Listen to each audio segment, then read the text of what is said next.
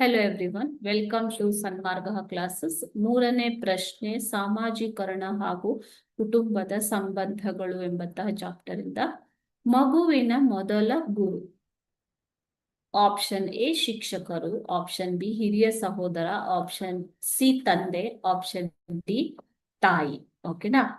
So ಸಾಮಾಜೀಕರಣ ಪ್ರಕ್ರಿಯೆಯಲ್ಲಿ ಕುಟುಂಬದ ಪಾತ್ರ ಅತ್ಯಂತ ಪ್ರಮುಖ. ಮಕ್ಕಳೇ, ತಂದೆ ತಾಯಿ ಮಗುವಿಗೆ ನೇರವಾದ ರಕ್ತ ಸಂಬಂಧಿಗಳಾಗುತ್ತಾರೆ. ಓಕೆನಾ? ಸೊ ತಾಯಿಯೇ ಮಗುವಿನ ಮೊದಲ ಗುರು. ನಾವೇನ್ ಹೇಳ್ತೀವಿ?